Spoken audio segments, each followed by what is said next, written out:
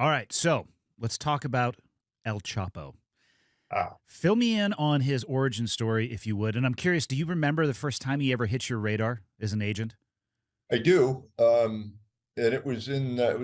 we had just started a new division in DEA, Special Operations Division, which is now a multi-agency, long-standing centerpiece of the way that we articulate cases and make sure all the agencies bring to bear their intelligence so that we're kind of the one government way of doing things. Um, so it would have been probably 1991 or two, while he was already active in Mexico and people knew who he was. At that point, we were really still concentrating on Colombia with the Medellin and Cali cartel, bringing them to their knees. So the Mexicans at that point were really a loosely tied traffickers. We used to refer to them as a federation because they were geographically located. They would control areas. If people wanted to smuggle goods to the border, they'd have to pay a tax to go through there. So they were more smugglers than narcotic traffickers at that point. And it all kind of changed uh, in the late 80s when the Colombians began transporting tremendous amounts of cocaine and heroin and marijuana through Mexico to the United States. And the Mexicans then normally were paid in cash. In other words, you move 150 kilos of coke to LA, we'll give you 4,000 per kilo delivered to our people up there.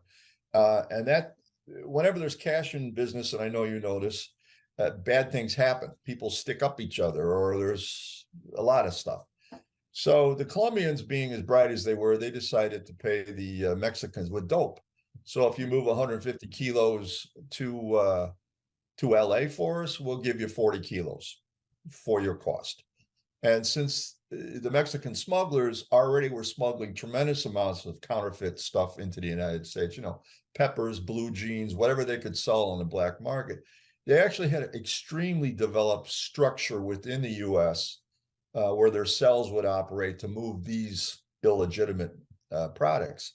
And that's where Chapo really got his education. He comes from a very rural part of Mexico, largely agricultural, but dirt poor.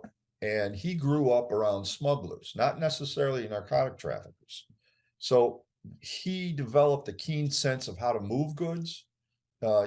He developed a nickname. We used to call him El Rapio because he could move a load of dope from Mexico into the United States within 24 hours. So he began to expand his empire using tunnels, which was the first. No one really used tunnels, although there were some early attempts to smuggle aliens through tunnels, but not for real contraband. And at that point, the whole cartel apparatus as we know it now was slowly emerging in Mexico, headed by a couple of guys. Felix Gallardo was probably the number one drug lord, if you would call, on the Mexican side. El Padrino was his name.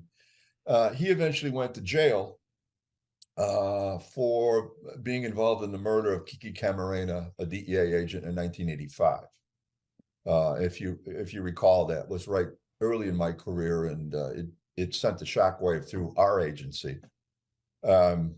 And we also showed the strength of the U.S. government because as a result of that, the Mexicans weren't cooperating in his investigation. And so we shut the border down, and it virtually killed their economy. And, several days down the road, they find Kiki's body and everything else. But by El Patrino, who was kind of the godfather, going to jail, Chapo emerged as just the most ruthless of the survivors. And he began building Sinaloa that day. I say this frequently. Chapo, he's a mass murderer of grand proportions. Don't make any mistake about that. But he's one hell of a corporate CEO. And he really used his ability to organize the logistical part of the things that he was brought up in to develop a corporate structure, if you will, more so than any Mexican trafficker. And quite frankly, on the lines of the early Colombian cartels, who were very advanced in the way that they put together their organization. He also began to exercise his violent side. One of the things I always say about Chapo is he never really cared about money. It was always power for him. Hmm. So his ability to control people, we know at one point he had about 40 to 50 million a month going out to pay corruption and bribes within the Mexican government. So he was extremely successful at really all phases of being a badass, to be honest with you.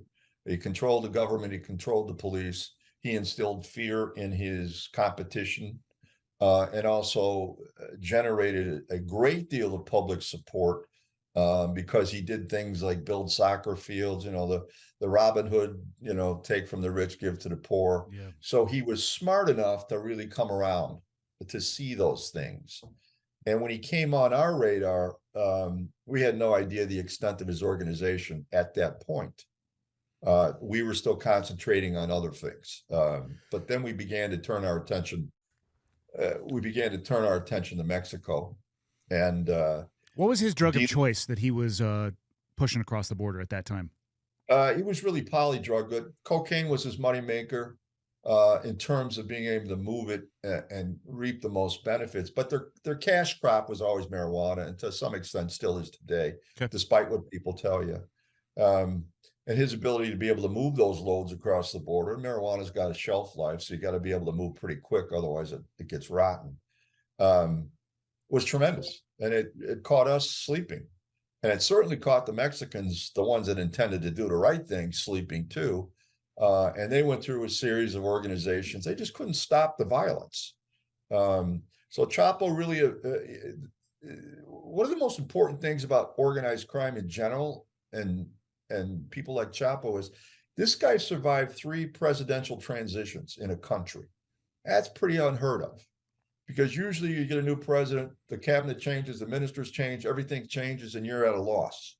But this guy was so deep in everybody's pocket that he was able to stay on top for 20, 25 years. And I think had he not got a little crazy at the end, he'd still be out there, because it was, we were very lucky to grab him. We really were. And then to get him extradited was unbelievable. How did you guys end up capturing him? Well, it was a series of, he escaped twice from, there's some pretty good stories around that. The first escape, he was essentially in prison because it was a safe place for him to be in terms of his rivals. He ran his business out of there. And then when we reached the Merida Accords, where we developed an extradition policy with Mexico, he decided it was time to get out of jail because he would have been one of the first mopes we brought over here. So he walked out the front of the jail. Story goes he hid in the laundry cart, rolled out with some of his henchmen, and on he went. And then we captured him about 15 years later in a condominium based off some wire intercepts. And then he was put in the maximum security prison. We were attempting to extradite. They weren't going to give him up. Because at that point, we weren't even sure we wouldn't charge him with the, murder or capital crime for the death penalty, and they wouldn't do that. So this is where I really get involved. I had been the agent in charge of our El Paso field division. And when I got put down there, it had about a third of the Mexican border, but it was directly across the border from Juarez. And Juarez was the real battleground. Well, this was in 2005. Juarez was the real battleground. There were more people dying in Juarez than there were in Iraq and Afghanistan at that point. It was crazy. And Chapo was pretty much the reason why. So what happened was I gave an interview to a newspaper, not knowing that newspaper's sister newspaper was based in Juarez and was owned by Chapo's people. So I pretty much said, hey, I'm here. I was sent by the Attorney General to kick this guy's ass and his organization and do as much damage as we can along the border so it doesn't get internal. And of course, that was in the newspaper. And a couple of days later, some of our Mexican counterparts that we trusted called and said, hey, look, there's been quite a bit of chatter, and they put a bounty on your head. Chapo put a bounty on my head. And that was it for me. It was me or him at that point. And I had so many great guys and gals down there working collaboratively. It's a tough place to work. Nobody really wants to be on the border, but we were galvanized. And so I wasn't going to go anywhere. I eventually told Washington about the threat. I didn't tell my wife for a couple years.